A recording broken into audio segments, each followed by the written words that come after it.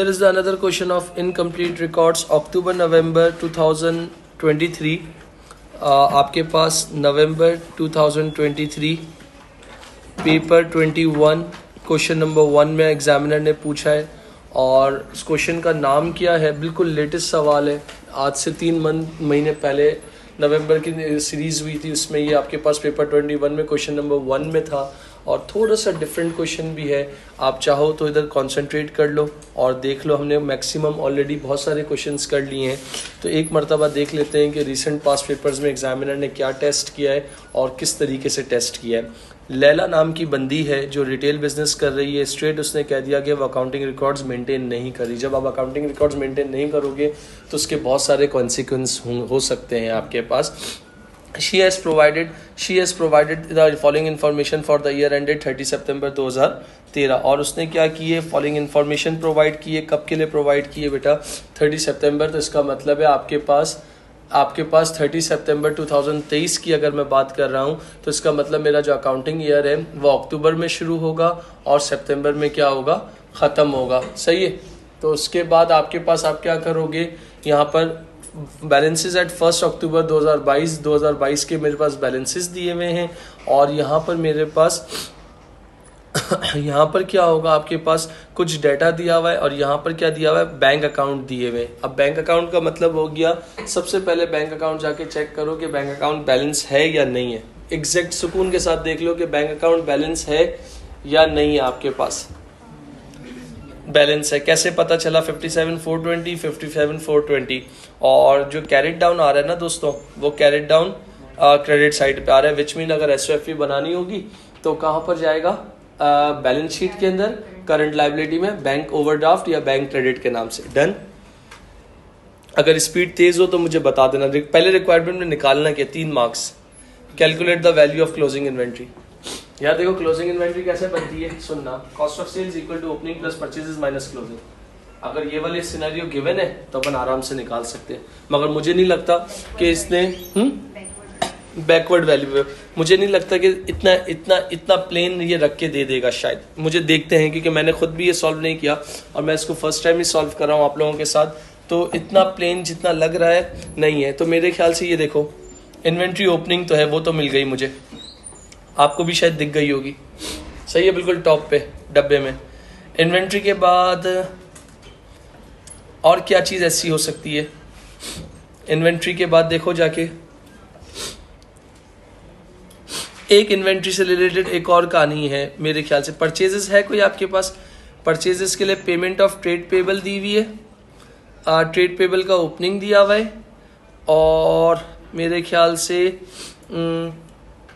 कुछ और भी वैल्यूज दी हुई हैं। ट्रेड रिसीवेबल्स दिया हुआ है और ट्रेड पेबल का तो कुछ नहीं दिया हुआ। क्वेश्चन को पहले पूरा देख लेते हैं। ऑल सेल्स आर मार्कअप दी हुई है, कितनी परसेंट? 25% का मार्कअप दिया हुआ है। Done. All sales and purchase are made on credit, ये भी सही है। बैलेंस ऑफ ट्रेड रिसीवेबल्स दिया हुआ है, कोई एडिशन नहीं हुआ, यानी कोई नॉन करेंट एसेट नहीं खरीदा। जो भी एसेट्स हैं वो डेप्रिशिएट कितने परसेंट हो रहे हैं? 10% RBM मेथड से हो रहे हैं। Laila was unable to physically count the inventory at 30 September 2023. The inventory was valued at 14,400 on 4th October 2023. ऊपर कौन सा दिया हुआ है? 1 अक्टूबर 2022। तो इसका मतलब दी हुई है ओपनिंग। और अचानक बोल रहा है अक्टूबर के बाद मंथ कब खत्म होता है, साल कब खत्म होता है? सितंबर में। अब बहुत टेक्निकल बात कहिए, Laila was unable to physically count. Laila इस काबिल नहीं थी या लैला के पास टाइम नहीं था या कोई और इशू थे, उसने अपनी इन्वेंट्री काउंट नहीं की कि कितनी है। और द इन्वेंट्री वाज वैल्यूड, और वो कितने पे उसको वैल्यूड कर रही है? 14,400 ऑन 4th अक्टूबर। मतलब ईयर एंड खत्म होने के बाद वो काउंट कर रही है 4th अक्टूबर को 14,400। और लिखा है बिटवीन 1 अक्टूबर 2023, यानी जो आपके पास जो क्या कहते हैं 2023, between October 2023 and 4th October sales आपने कितनी कर दी हैं? तो इसका मतलब जब सेल्स करोगे तो इन्वेंट्री क्या होगी? कम होगी। और 1850 के आपने क्या कर लिए? परचेजेस कर लिए। अच्छा, तो इस तरह का कुछ सिनेरियो बिल्डअप हो रहा है और उन्होंने बोला है कि आपके पास क्या क्लोजिंग इन्वेंट्री निकालनी है। ऐसी कोई बात है? तो अगर मैं आपसे कहता हूं कि आपके पास वैल्यू ऑफ क्लोजिंग इन्वेंट्री, अब क्लोजिंग इन्वेंट्री के लिए आपके पास क्या चीज दी हुई है?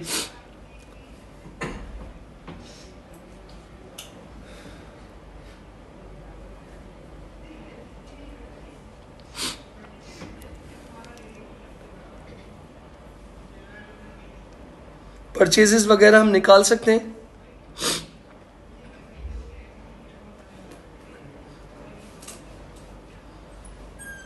ओपनिंग इन्वेंट्री ये रही,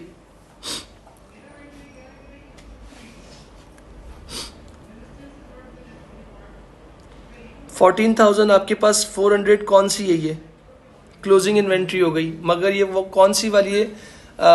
14,400। और उन्होंने क्या लिखा है? बिटवीन 1 अक्टूबर 2023 सेल्स कितनी है आपके पास, और परचेजेस हमने कितनी कर ली हैं। जब परचेजेस किए तो इसका मतलब हमारे पास इन्वेंट्री क्या होगी? बढ़ेगी। एक और चीज आपके पास है,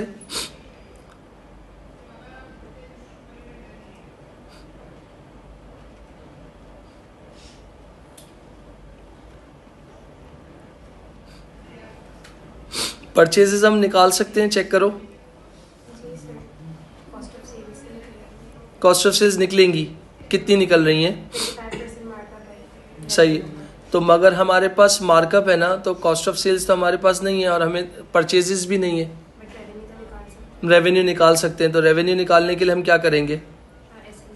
SLCA बना लेंगे। कैसे बना लेंगे? ट्रेड रिसीवेबल्स का ओपनिंग, आपकी trade payments to trade receivables दी हुई हैं, 4540 ओपनिंग दिया हुआ है, और मेरे ख्याल से पॉइंट नंबर 4 में वो दिया हुआ है। तो इसका मतलब यहाँ पर मैंने क्या बना लिया?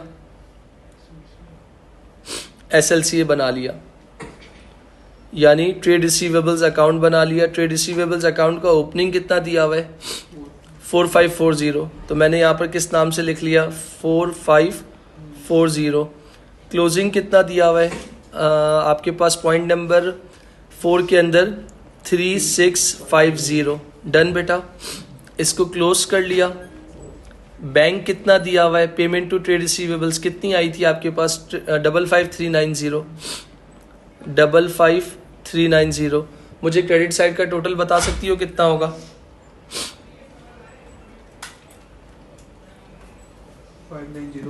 55390 प्लस 3650, आप कह रहे हो 59040। माइनस कर दो बेटा 4540, तो सेल्स कितनी आ गई आपके पास? 54,000।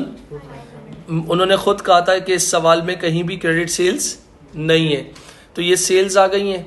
मार्कअप कितने परसेंट है? 25% है, तो इसको क्या करना पड़ेगा? कन्वर्ट करना पड़ेगा।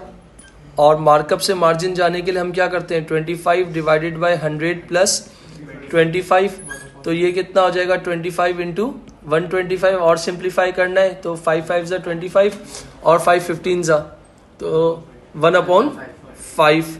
ये आपके पास मार्जिन हो गया। तो मैंने कहा सेल्स कितनी है? 54,500 है, इसका 1/5 निकालो, कितना होगा? 54,500 मल्टीप्लाई बाय 1 डिवाइडेड बाय 5, तो 10,000। तो 10,900 आपका क्या हो गया? ये आपके पास सेल्स हो गई, ये आपका ग्रॉस प्रॉफिट हो गया। माइनस कर दें 54,500, तो कॉस्ट ऑफ सेल्स कितना आ गया? 43,600। अब 46,600 मेरे पास क्या आ गया? कॉस्ट ऑफ सेल्स आ चुका है। और हम क्या कर सकते हैं? परचेजेस नहीं आ सकती बेटा, क्योंकि हमारे पास क्लोजिंग इन्वेंट्री नहीं है। पार्ट ए में नहीं की ना हमने कैलकुलेट। कितनी आई है आपकी? 15,950। गलत आ रही है बेटा, आपने क्या कैलकुलेट की है?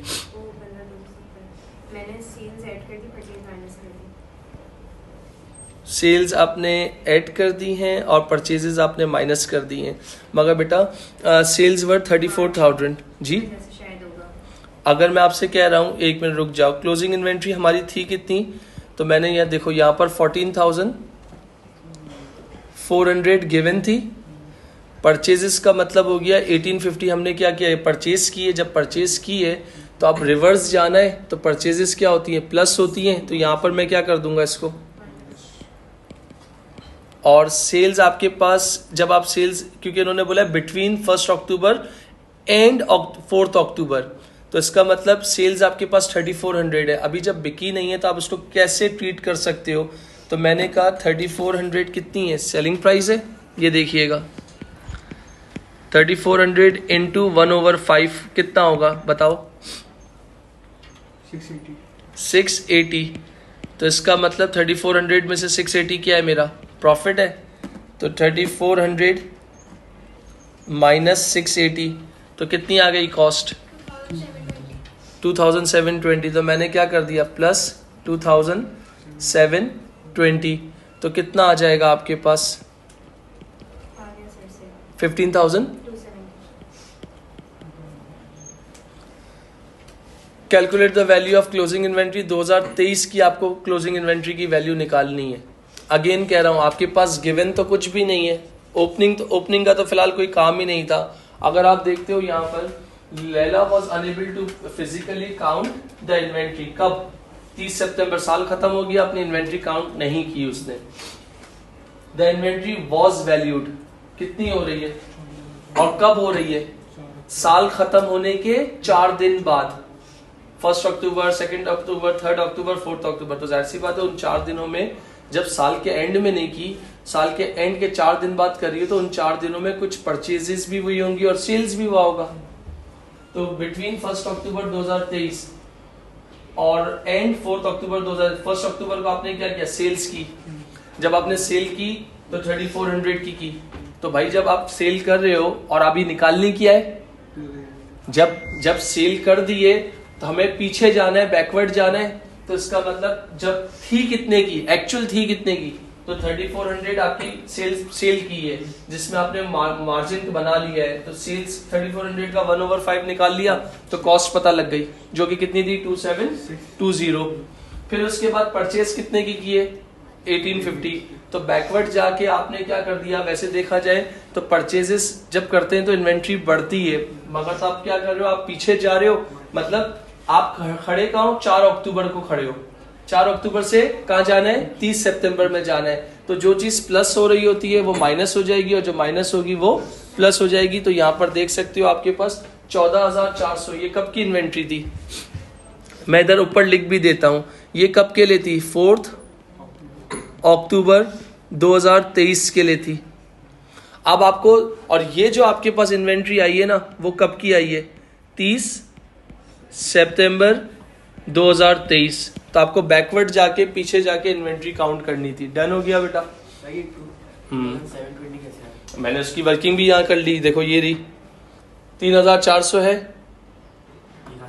3400 का एडजस्टमेंट नंबर, आप ये देख लो, एडजस्टमेंट नंबर 8 पे जाके देखो। Between 1 October and 4 October sales कितनी है और परचेजेस कितनी है? 1850। अगर मैं आपको इस तरह और इजी कर दूं, ये देखो, सुनो मेरी बात, ये क्या है? सबको छोड़ दो, यहां देखो सब लोग। अगर आप इस वाले पे कंफ्यूज हो ना, तो यहां मैंने लिख दिया 30 सितंबर 2023। इन्वेंट्री मुझे नहीं पता फिलहाल। डन? पक्का?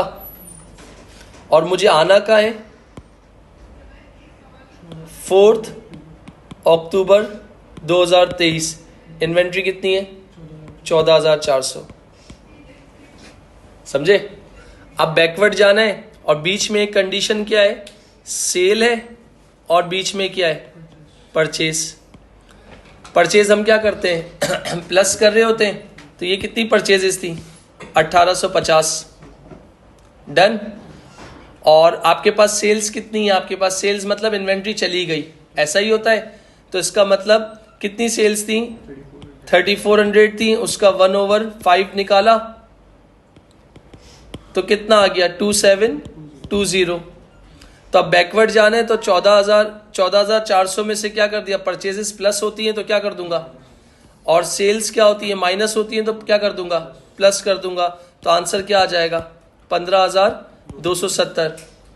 अब सुनना, और इजी सुनना, मैंने कहा 15,270 मेरे पास 30 सितंबर के आ गए।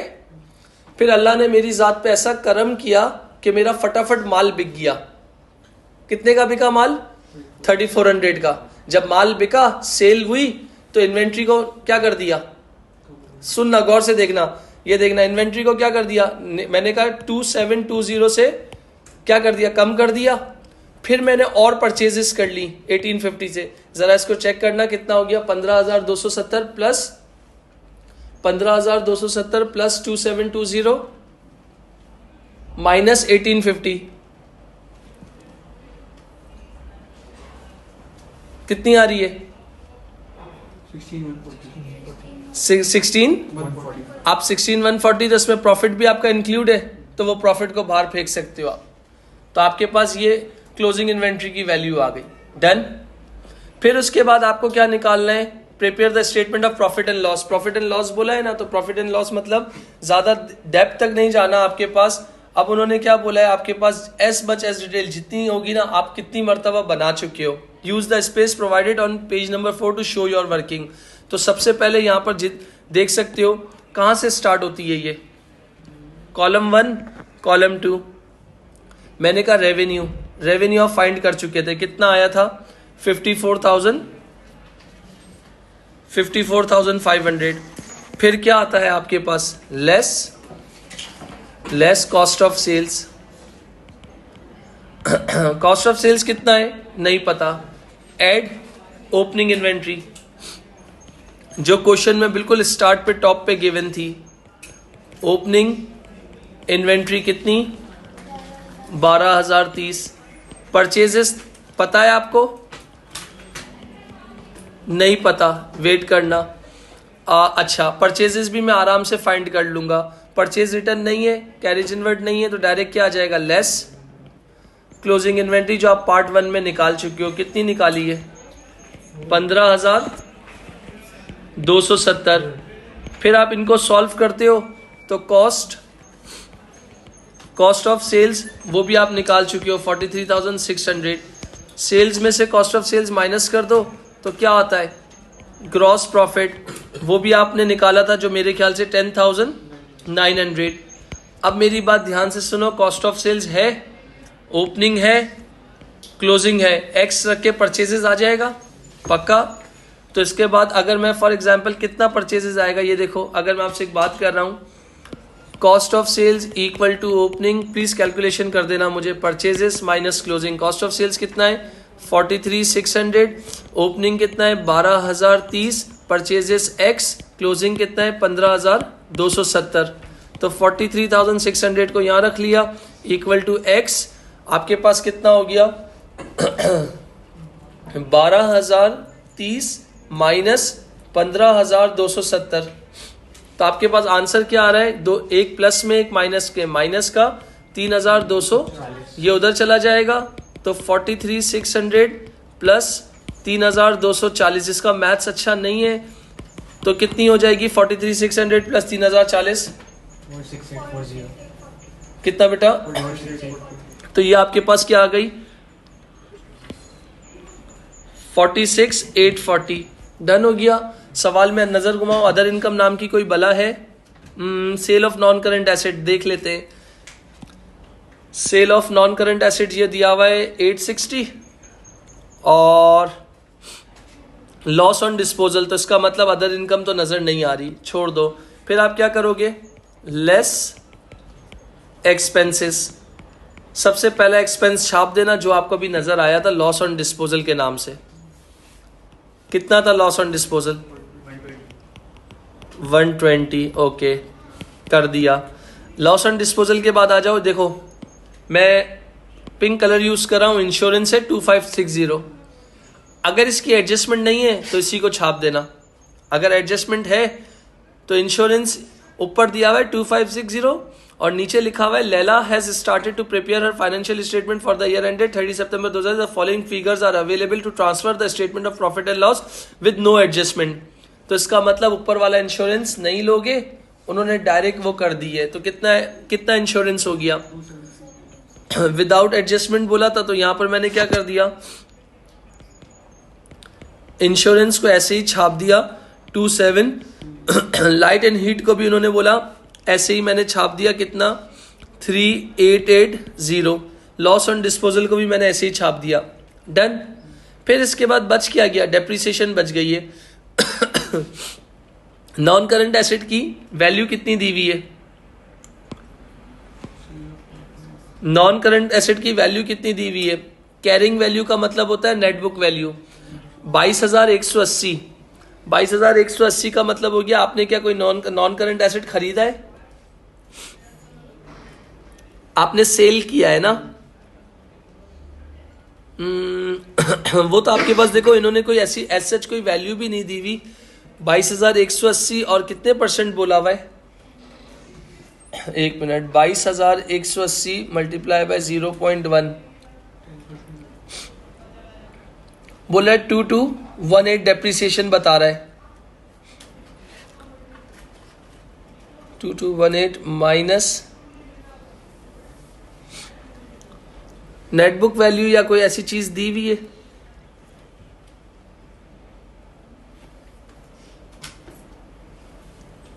Loss on disposal of non current asset कितना दिया हुआ है 120, sale of non current asset तो 860 और 120 कितना होता है 860 प्लस 120 980 याद रखना, और वो कितनी है 22180 multiply by 10 divided by 100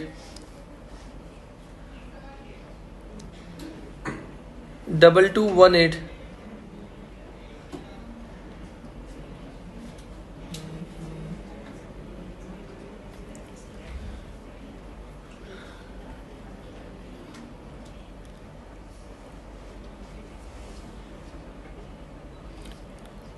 double two 180 minus 980 21,200 multiply by 0.1।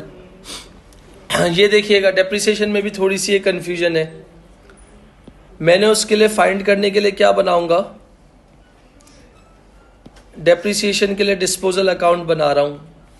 बच्चा यहां पर गलती कर सकता है, डिस्पोजल अकाउंट के लिए लॉस यहां पर आता है जो कि कितना था 120, डिस्पोजल की कॉस्ट यहां आती है जो भी नॉन करंट एसेट होता है, एक्यूमुलेटेड डेप्रिसिएशन यहां आती है, और जो बैंक वाली फिगर होती है वो यहां आती है। एग्री। अब इन्होंने यहां पर क्या बोला हुआ है, डिस्पोजल 120 दिया हुआ था, sale of non current asset bank account में दिया हुआ है 860, इसका मतलब पैसे आ गए और डेप्रिसिएशन नहीं है। तो मैंने इन सबको टोटल कर लिया, तो उससे मैंने क्या निकाल ली 860 प्लस 120 980, तो 980 मेरी क्या होगी नॉन करंट एसेट यानी डिस्पोजल की कॉस्ट होगी। ऊपर जाके देख लो 22,180 का मेरा क्या है, 22,180 का मेरा क्या है नॉन करंट एसेट की नेट बुक वैल्यू है, सही है। उसके बाद माइनस डिस्पोजल, डिस्पोजल की कॉस्ट कितनी आई है बेटा, 22,180 में से 980 माइनस कर दो तो नेट बुक वैल्यू कितनी आ जाएगी बता सकते हो 21,200। 10% बोला था तो कितना आ जाएगा 21,200 मल्टीप्लाई बाय 10% तो कितना आ जाएगा 21। तो यहां पर मेरी depreciation non current asset depreciation कितनी आ गई 2120। सारे एक्सपेंसेस को टोटल करो कितना हो गया 120 plus 2720 plus 3880 plus 2120। Bushra depreciation निकाल चुकी थी, यही निकाली है 2120 सही है।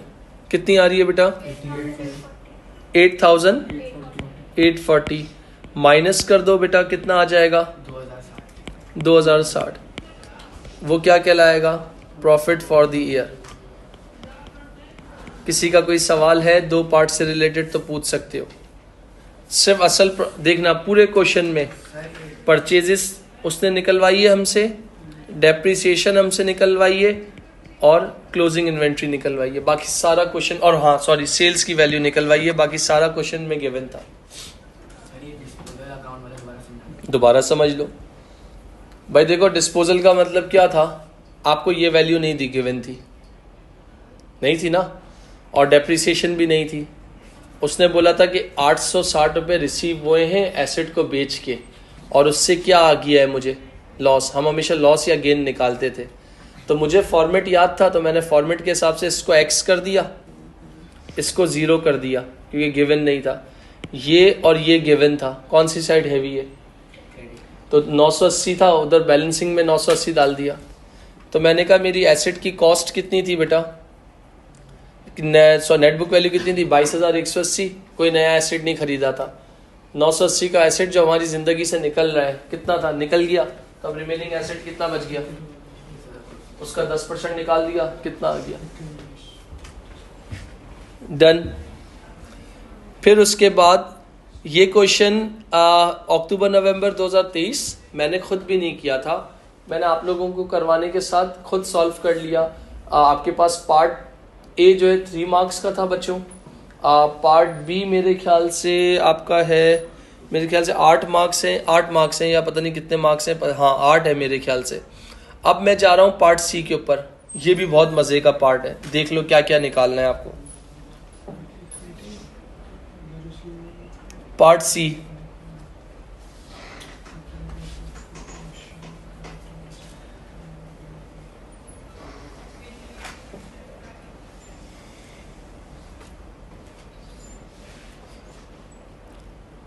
Part C statement of financial position बनानी है। पार्ट सी में तो स्टेटमेंट ऑफ फाइनेंशियल पोजीशन बनाने से पहले आपको ये वैल्यूज निकालनी पड़ेंगी, फिर आप एसओएफपी बनाएंगे। तो इक्विटी, पहली वैल्यू क्या है? इक्विटी। इक्विटी का मतलब क्या होता है? कैपिटल। तो इसका फॉर्मूला क्या होगा?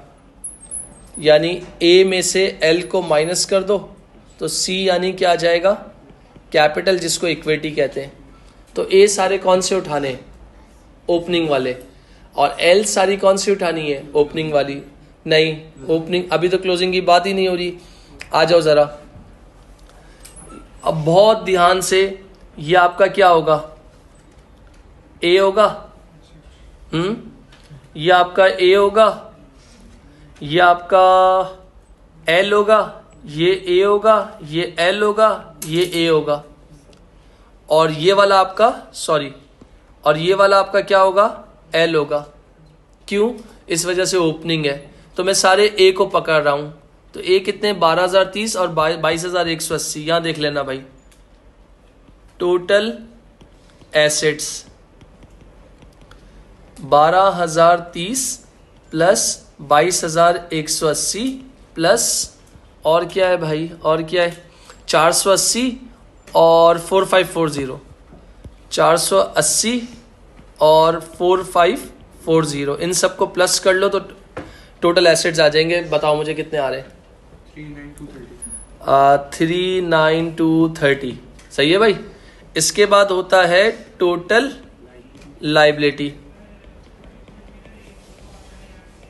टोटल लाइबिलिटी अभी पता चल जाएंगी कितनी है? 1220 एक है, 1220 के बाद 3,840 है, 1220 ओके, प्लस 3,840 और क्या है भाई?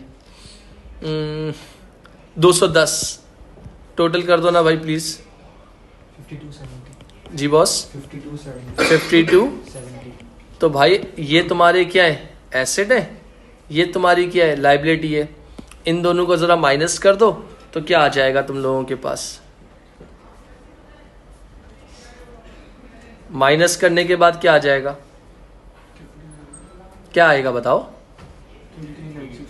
33,960 मिल गया तुम्हें एक मार्क, या जितने भी मार्क का होगा। डन। कोई सवाल किसी का? अदर रिसीवेबल्स, अदर रिसीवेबल्स बता सकते हो देख के कितने हैं? Other receivables, other receivables, other receivables, other receivables कहाँ है भाई? वो तो ओपनिंग है ना, एक मिल गया और एक नहीं मिला।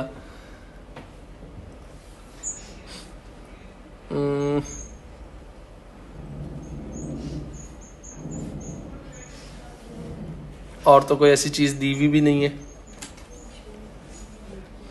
अदर पेबल्स कितने आ रहे हैं आपके? 110।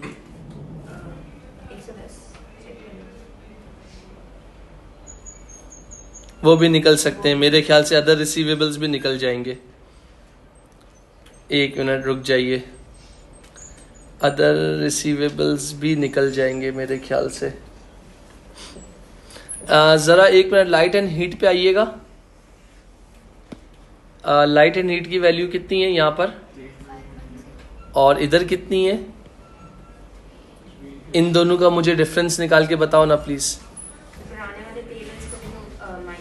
एक मिनट इन दोनों का पहले मुझे डिफरेंस निकाल के दिखाओ। 370 कितना? 370 आप कह रहे हो। अच्छा, तो इसका मतलब Laila has started to prepare financial statement for the year ended 30 September 2000। The following figure are available to transfer to the profit and loss account.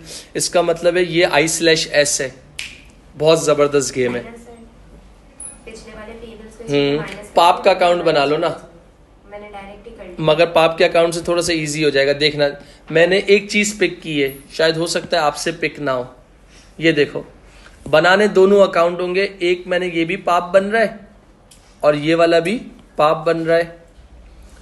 अब उन्होंने बोला अदर रिसीवेबल जो भी होगा ना वो इंश्योरेंस से रिलेटेड होगा, तो मैंने यहां पर क्या बना दिया? इंश्योरेंस का अकाउंट PAAP। एग्री करते हैं? मतलब प्रीपेड इंश्योरेंस, प्रीपेड एक्सपेंस का ओपनिंग, एक्रूड का ओपनिंग, एक्रूड का क्लोजिंग, प्रीपेड का क्लोजिंग। यहाँ आती है बैंक और यहाँ आता है I/S। तवज्जो देना भाई जितने भी बच्चे हैं। इंश्योरेंस का ओपनिंग कितना है? 480। छाप दूं? ये रहा। अच्छा, अक्रूड का ओपनिंग नहीं है। अच्छा, बैंक कितना है इंश्योरेंस का? 2560। डन। अच्छा, इंश्योरेंस में अक्रूड भी नहीं है। अच्छा, I/S। ये लाइन पढ़ो, बड़ी कम मजे की लाइन है। Laila has started to prepare financial statement for the year ended 30 September 2023। The following figure are available to transfer.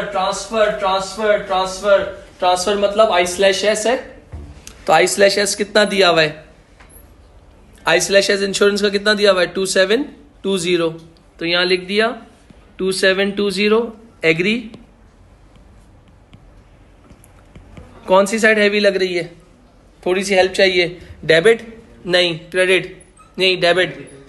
2560 plus 480, तो ये बनता है 3040 माइनस 2720, तो कितनी आ गई? 320। कैसा? 320। तो अदर रिसीवेबल्स कितना आ गया? अदर रिसीवेबल्स आपने यहां पर लिख दिया इंश्योरेंस इक्वल टू 320। समझे?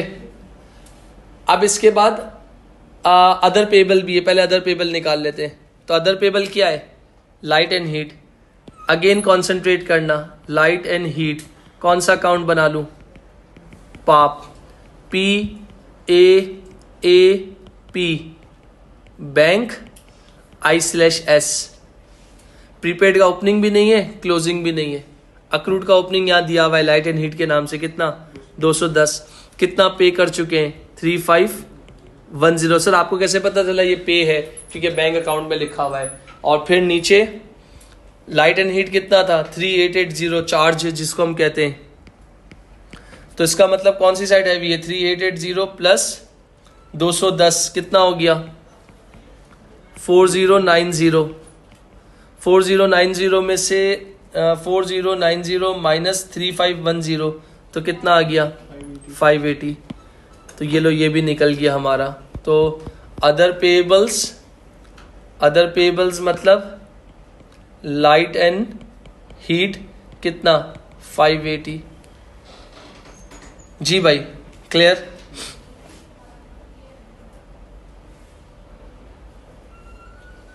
अब क्या निकालना है? Trade payable. तो ट्रेड पेबल के लिए क्या करूं?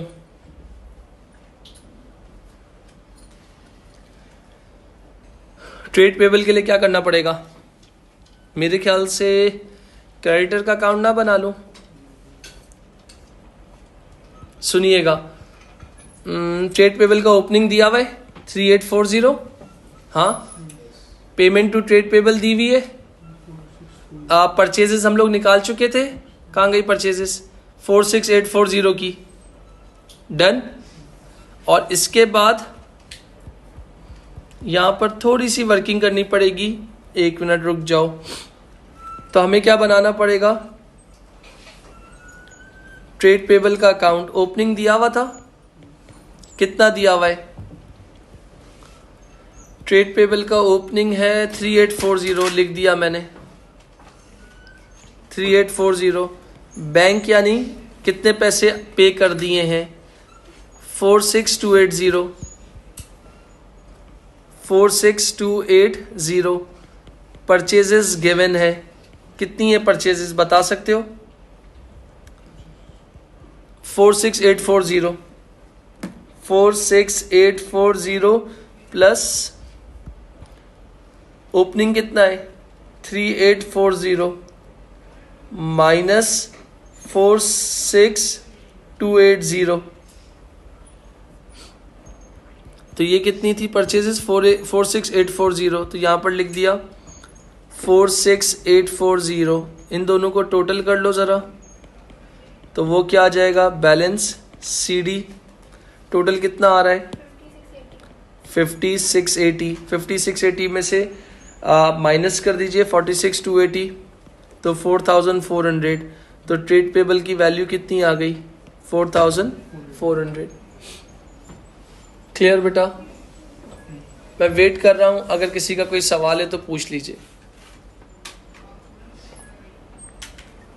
और एग्जाम में इतना सोचने का टाइम भी नहीं होगा, ये बात याद रखिएगा, फटाफट फटाफट करना होगा। इसने डेप्रिसिएशन में आपके साथ खेला है, इसने ओपनिंग इन्वेंट्री में सेल्स में आपके साथ खेला है, आप ये खैर इक्विटी तो बहुत आराम से निकल आई, अदर रिसीवेबल्स अदर पेबल्स में आपके साथ खेला है, और ये ट्रेड पेबल भी जब निकल आया। जब भी कहता हूँ एक्सपेंस का अकाउंट और पाप का अकाउंट मैटर करता है। अब मुझे क्या बनाना है, डायरेक्ट इसकी क्या बनानी है, एसओएफई बनानी है। और मेरे ख्याल से एसओएफई जब इतना इन्फॉर्मेशन बन गई है तो एसओएफई भी मेरे ख्याल से आराम से बन जानी चाहिए। मैंने कहा 1 कॉलम 2 कॉलम 3 कॉलम, डन। एक के आगे कॉस्ट लिख दिया, एक के आगे एडी लिख दिया, एक के आगे नेट बुक वैल्यू लिख दिया। तो ये हो गया एसेट्स। एनसीए शॉर्ट फॉर्म लिख रहा हूं, आप एग्जाम में नहीं लिखेंगे।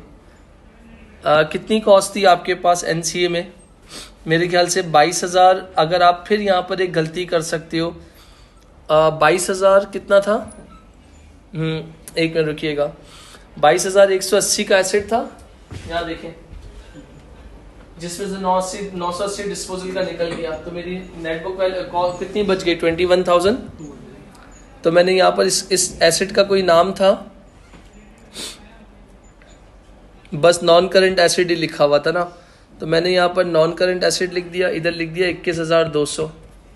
डेप्रिसिएशन कितनी आई थी 2120, माइनस कर दो, नेट बुक वैल्यू कितनी आ जाएगी बता सकते जी बेटा, 190 खत्म, डन।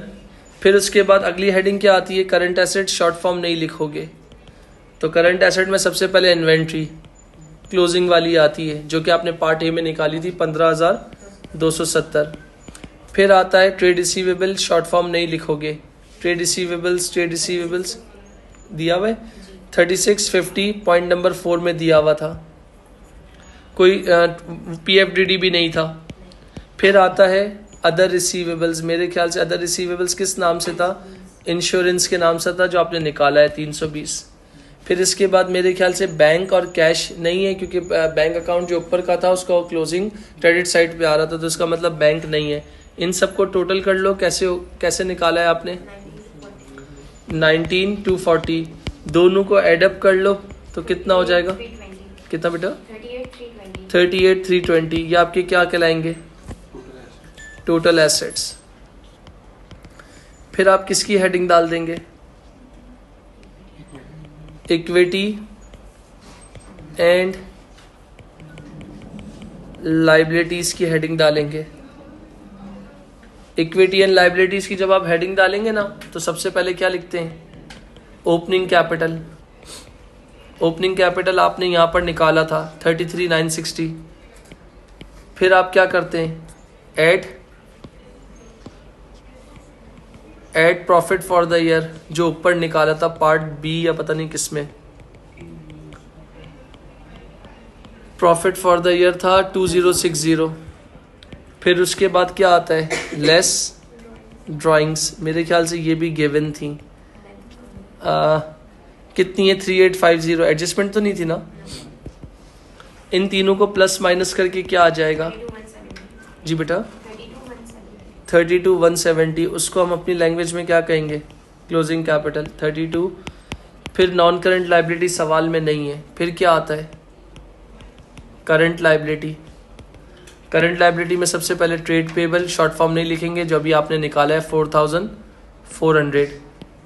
फिर इसके बाद बैंक ओवरड्राफ्ट, ऊपर बिल्कुल टॉप पे क्वेश्चन के स्टार्ट पे जो एक बैंक अकाउंट दिया हुआ था उसका ओवरड्राफ्ट दिया हुआ है 1170। फिर उसके बाद other payables heat and light के नाम से थे जो कि आपने निकाले हैं 580। और तो बाजार मुझे कुछ नहीं दिख रहा, इन सबको टोटल कर लीजिए कितना हो जाएगा जी बेटा, 38 नहीं मेरा बच्चा, मुझे इसका टोटल बताओ ना पहले। 61 दोनों को टोटल कर लीजिए तो आपके पास क्या आ जाएगा, तो इसका मतलब आपकी SOFP बिल्कुल प्रॉपर बैलेंस है, जिसको आप क्या कह रहे हैं, टोटल इक्विटी एंड डन हो गया। मैं 5 मिनट रुका हुआ हूँ, मुझे कोई जल्दी नहीं है, ताकि आप क्वेश्चन अटेम्प्ट कर लो, आपके लिए इजी हो जाए। अगर किसी का भी कोई क्वेश्चन है तो वो पूछ सकता है।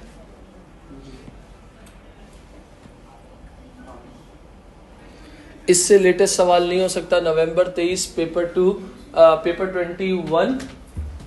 21 था ना, और क्वेश्चन नंबर 1।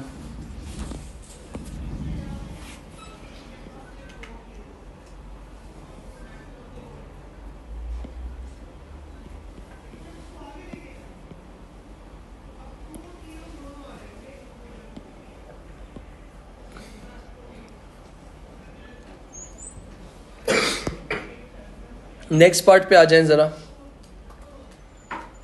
अचानक अच्छा खासा कर रहे थे, इनकम्प्लीट रिकॉर्ड्स, बीच में किसको घुसा दिया, पार्टनरशिप को घुसा दिया। Lala wishes to expand the business and is considering forming a partnership with her friend. Laila जो है पार्टनरशिप करना चाहती है। State 4 provision for the partnership act 1980 that would apply in the absence of partnership agreement. अगर partnership agreement नहीं बनता तो क्या चीज होती है, profit and losses will be shared equally. सही है। फिर इसके बाद और क्या हो सकता है, no interest on capital charge, no interest on drawing charge, no salary bonus और क्या कहते हैं कमीशन। इसके बाद हर चीज जो होगी ना वो क्या होगी आपके पास, अगर पार्टनरशिप एग्रीमेंट नहीं बनता तो हर चीज क्या हो जाती है, इक्वली हो जाती है। जैसे profit and losses equally divide हो जाएगा। अगर इसको प्रॉपर पॉइंट लिखना चाहते हो तो profit and losses are shared equally, no interest in charge on drawing, no interest is allowed on capital, और interest of 5% is allowed to partners loan. अगर पार्टनर अपने बिहाफ पे बिजनेस को पार्टनरशिप को लोन दे रहा है तो आप अकॉर्डिंग टू पार्टनरशिप एक्ट 1980 उसके हिसाब से 5% कंसीडर करेंगे। ओ लेवल्स में ऐसा नहीं होता, ये आगे जब पार्टनरशिप अभी करवाऊंगा बेसिक पार्टनरशिप में ये है। 4 पॉइंट्स हो गए। फिर इसके बाद बोला हुआ state 3 possible disadvantage to a business for maintaining full set of accounting records. अगर आप ये सारी चीजें नहीं बनाओगे तो इसमें the business owner may lack the experience और skills to maintain a full set of accounting records. जब आपके पास सबसे बड़ा डिसएडवांटेज ये है कि अकाउंटिंग रिकॉर्ड्स जो है बनेंगे नहीं बनेंगे तो इसी तरीके से फिर इस तरह के इश्यूज आएंगे। जैसे फॉर एग्जांपल अदर पेबल्स में इशू आया, अदर रिसीवेबल्स में आया। फिर उसके बाद एक और पॉइंट आप ले सकते हो, आपके पास there may be an increase in cost resulting in a decrease in profit. जब आप अकाउंटिंग रिकॉर्ड्स नहीं बनाओगे और अकाउंटिंग रिकॉर्ड्स नहीं बनाओगे तो सबसे बड़ा डिसएडवांटेज क्या, अगर कोई भी कॉस्ट आगे पीछे हो गई तो उससे कॉस्ट बढ़ जाएगी और प्रॉफिट क्या हो जाएगा, कम हो सकता है। फिर उसके बाद the owner may have to employ someone to maintain the records. आपके पास 3 possible disadvantage to a business of maintaining full set of accounting records. जब आप किसी को डिसएडवांटेज उन्होंने बताने का बोला है, जब आपको एक बंदा रखना पड़ेगा, जब बंदा रखना पड़ेगा तो जाहिर सी बात है उस बंदे की वजह से उसकी कॉस्ट बियर करनी पड़ेगी। तो ये आपके क्या है, मल्टीपल डिसएडवांटेज हो गए। और भी आपको अगर समझ में आते हैं तो वो भी लिख सकते हो। ये आपके पास क्वेश्चन था जो कंप्लीट